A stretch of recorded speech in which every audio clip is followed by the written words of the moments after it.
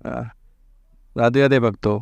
देखिए, कल हमने सुना था कि किस प्रकार परम पूज्य श्री गाड साहब जी महाराज ने माता जी को उस संकट से बचाया कि उनका जो कंपाउंड फ्रैक्चर हो गया था वो ऑपरेशन होना था, और किस प्रकार उस कंपाउंड फ्रैक्चर को अपने स्वप्न में दर्शन देकर अपने कर कमलों से ही ठीक कर दिया, जबकि उस ऑपरेशन में उनके जीवन भर उनको परेशानी का सामना करना पड़ सकता था। एक टांग छोटी होने की पूरी संभावना थी, और उनकी जो बहनोई थे, बाबा के जो सिस्टर और उनके हस्बैंड, दोनों की श्रद्धा किस प्रकार कैसी लीला करके उत्पन्न करी।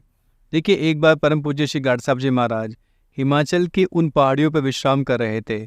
उसी समय एक भक्त जो उनके दर्शन के लिए पहुंचा तो क्या देखता है कि एक काला सा नाग, जिसको परम पूज्य श्री गाड साहब जी महाराज दूध पिला रहे हैं। तब थोड़ी देर के पश्चात वो जो भक्त था वो तो दूर ही बैठा रहा, पास आने की हिम्मत नहीं हुई। और परम पूज्य श्री गाड साहब जी महाराज ने एक लीला करी और उन्हें कहा कि ये नाग देवता को कहा कि हमारे भगत जी बहुत डर रहे हैं, आप कृपा करके अब चले जाइए। देखिए, जैसे ही गाड साहब जी महाराज ने कहा, वो नाग देवता तुरंत रव चले गए। उसी समय चले गए पहाड़ियों से बाहर। भगत जी आए थे, गाड साहब जी ने कहा कि इसमें जो बचा हुआ दूध है वो आप पी लीजिए। अब वो नाग का पिया हुआ दूध पीने की हिम्मत उनकी नहीं हुई, उनको बड़ा भय लगा। लेकिन गाड साहब जी ने कहा कि ये तो प्रसाद है, ले लो भगत जी, ले लो। लेकिन उनकी हिम्मत ना हो सकी। अंत में जब गाड साहब जी महाराज ने बाद में कहा, अगर तुम वो ले लेते तो आज ही तुम्हारी समाधि लग जाती। देखिए, गाड साहब जी महाराज की जो स्थिति थी, उनको सर्वत्र भगवत दर्शन होता था। ना जाने कौन देव पुरुष उनके पास आते थे, कौन कौन से संत उनसे मिलने, उनका दर्शन करने प्राप्त वहाँ आते थे। इस कोटि की उनकी अवस्था थी। और उनकी जो भगवत दृष्टि थी, मैंने आपको एक घटना भी बताई थी। जब जो अभय चंद की जो बहन थी, उनको भी एक बार जब गाड साहब जी महाराज स्नान कर रहे थे नदी के अंदर, बहुत बड़ा नाग आया था। उस समय भी उनकी जो ब्रह्म दृष्टि थी वो देखने को मिली थी कि सर्वत्र भगवान दर्शन हो रहा है। आज भी वैसी लीला उनके साथ में हुई। देखिए, एक और घटना मैं आपको उनके जीवन की बता रहा हूँ। एक बंशीलाल जी छिब्बर थे, जो बाबा के, जो गाड साहब जी के प्रति अत्यंत श्रद्धावान थे, और वो एक संगीतज्ञ थे। और विष्णु दिगंबर जी जो माने जाने सम्राट थे संगीतज्ञ, उनके शिष्य थे। और उनकी दी हुई शास्त्रीय संगीत के द्वारा गोपाल जी को रिझाते थे, गोपाल जी को कीर्तन सुनाते थे, रामचरितमानस का पाठ, सूरदास जी की, मीरा जी की रचनाओं द्वारा संगीत, आजीवन लोगों का कल्याण करते रहे संगीत के माध्यम से। खूब श्रद्धावान। और वो परम पूज्य श्री गाड साहब जी महाराज के अनन्य अनन्य भाव उनके प्रति रखते थे, उनके प्रति अगाध श्रद्धा थी। एक बार परम पूज्य श्री गाड साहब जी महाराज उनके घर पधारे, और उनका जो भाई था बंशीलाल जी का, वो डीएसपी था, पुलिस में बड़ा अधिकारी था। उसका नाम था विजय कुमार। उसकी संतों के प्रति कोई श्रद्धा नहीं थी।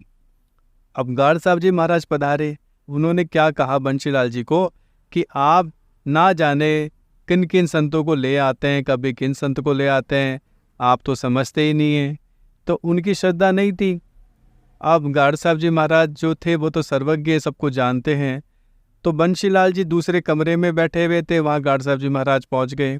और पहले एक ग्रामोफोन चलता था, ग्रामोफोन, जहाँ पे गाना बजता था। देखिए, पहले कैसेट भी चला करती थी, जैसे कैसेट होती है, अब तो आजकल सीडी चलने लग गई, पेन ड्राइव्स आ गई, बहुत कुछ नई नई चीज़ें, उपकरण आ चुके हैं, गैजेट्स आ चुके हैं। पहले ग्रामोफोन चलता था, जिसमें जो संगीत भर दिया जाता था वही चलता था। पहले बड़ी बड़ी कैसेटें, पिक्चरों में वीडियो सिनेमा चलते थे। अब छोटी छोटी डीवीआर आ चुकी है। तो उस समय ग्रामोफोन था। भाई, ग्रामोफोन में जो भरा जाएगा वही तो चलेगा। भाई, जैसे कोई गाना कैसेट में भर दिया है, कोई भजन कीर्तन भर दिया है, तो जब हम कैसेट को लगाएंगे टेप रिकॉर्ड में, तो जब प्ले करेंगे तो वही भजन कीर्तन होना चाहिए।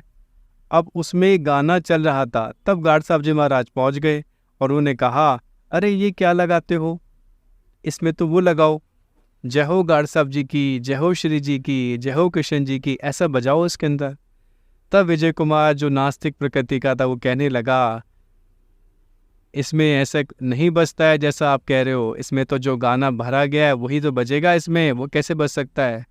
तब गार्ड साहब जी ने कहा कि आप इसकी सुई को हटाओ, दोबारा लगाओ, मतलब इसको स्टॉप करके फिर प्ले करो, ऐसा गार्ड साहब जी ने कहा।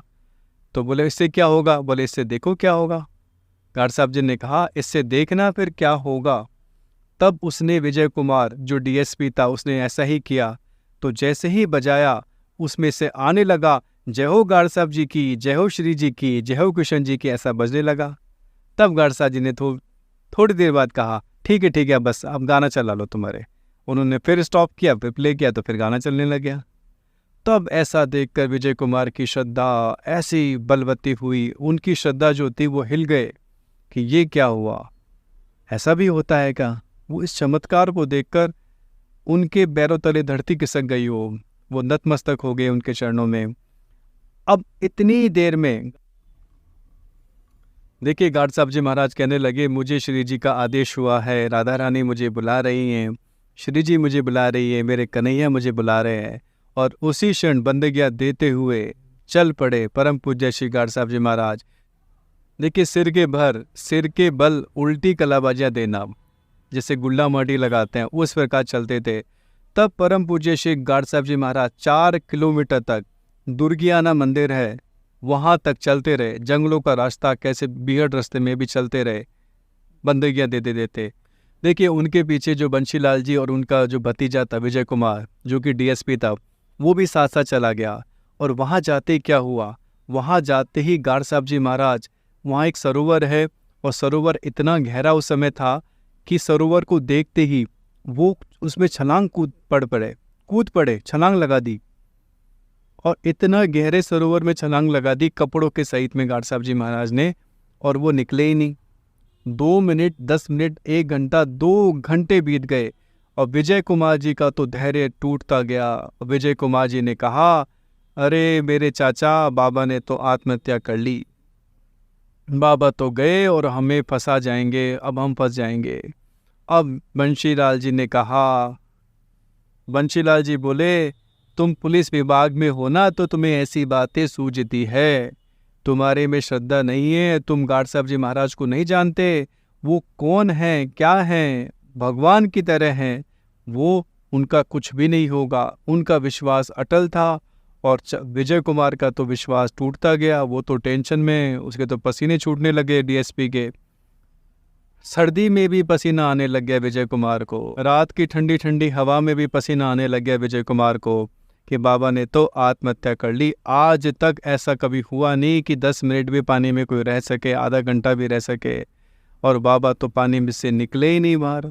देखिए अब ये समय करते करते कीर्तन भी वो बंशीलाल जी कीर्तन करने लग गए, और उनको तो विश्वास था गार्ड साहब जी के ऊपर, वो जानते थे गार्ड साहब जी की महिमा को। अगले दिन सुबह प्रातःकाल मॉर्निंग में गार्ड साहब जी महाराज कीर्तन करते हुए, जय हो श्री जी की, जय हो गार्ड साहब जी की, जय हो कन्हैया जी की, जय हो श्री जी की, जय हो गार्ड साहब जी की, जय हो कन्हैया जी की, कीर्तन करते करते बाहर आ गए। देखिए गार्ड साहब जी महाराज, जो गार्ड साहब जी बोलते थे वो भगवान श्री कृष्ण को संबोधन करते थे, क्योंकि भगवान श्री कृष्ण ने ही उनका स्वरूप बनाकर ट्रेन चलाई थी।